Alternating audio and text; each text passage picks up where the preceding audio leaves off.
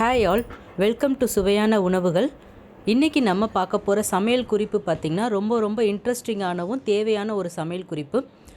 சமையல் நம்ம நிறையா பேர் பார்த்திங்கன்னா குழம்புல கொஞ்சம் அதிகமாக உப்பு போட்டுருவோம். ஸோ அதுக்கு பார்த்திங்கன்னா நம்ம உருளைக்கிழங்கை கட் பண்ணி போட்டுவோம். இது நிறையா பேருக்கு தெரிஞ்சிருக்கும். ஸோ இதே மாதிரி நம்ம பொரியல்லையோ இல்லை கூட்டுலேயோ கொஞ்சம் உப்பு அதிகமாகிடுச்சுன்னா என்ன பண்ணலாம் அப்படின்ற டிப்ஸு தான் நம்ம இன்றைக்கி பார்க்க போகிறோம்.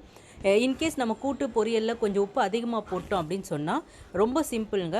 உடச்ச கடலை இருக்குல்ல, உடச்ச கடலையில் நீங்கள் எவ்வளோ உப்பு அதிகமாக போட்டிருக்கீங்களோ அந்த அளவு ஒரு 2 ஸ்பூனோ ஒரு 3 ஸ்பூனோ உடச்சக்கடலை எடுத்து நல்லா ஒரு ஃபைன் பவுடராக நீங்கள் நல்லா பண்ணிக்கணும். மிக்சியில் நல்லா பவுட்ரு பண்ணிவிட்டு அதை அந்த பொரியல்லையோ அந்த கூட்டுலேயோ நம்ம ஆட் பண்ணுறது மூலமாக உப்பு உங்களுக்கு குறைஞ்சிரும். அதாவது உப்பு உங்களுக்கு அதிகமாக இருக்கிற உப்பு எல்லாமே சுவை கொஞ்சம் நார்மலாக ஆகிடும்.